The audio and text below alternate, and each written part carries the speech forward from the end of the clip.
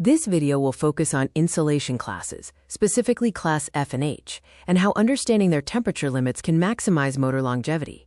Insulation is often referred to as the hidden barrier. It is the single most critical factor in determining the operational life of an electric motor. Heat is the silent killer. Electric motors generate heat through resistance and friction. Insulation prevents copper windings from short-circuiting.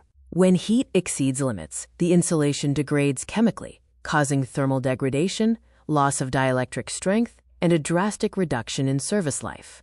Insulation class standards categorize materials by their maximum operating temperature. Class F is 155 degrees Celsius, and Class H is 180 degrees Celsius. Class F is the workhorse and the modern global industrial standard, widely used for three-phase motors with a 155 degrees Celsius winding limit. Many Class F motors use a Class B temperature rise for a 25 degrees Celsius safety margin, extending life under variable loads. Class H insulation is for extreme duty. Using silicone-based binders and high-temperature resins, it withstands up to 180 degrees Celsius. This is essential for applications like mining, mills, and aerospace, where high ambient temperatures or frequent overloading are expected.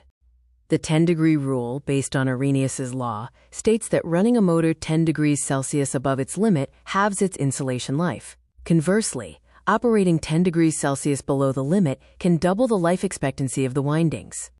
Comparing the temperature limits shows Class H at 180 degrees Celsius, Class F at 155 degrees Celsius, Class B at 130 degrees Celsius, and Class A at 105 degrees Celsius. These values adhere to NEMA MG1 and IEC 60034 standards.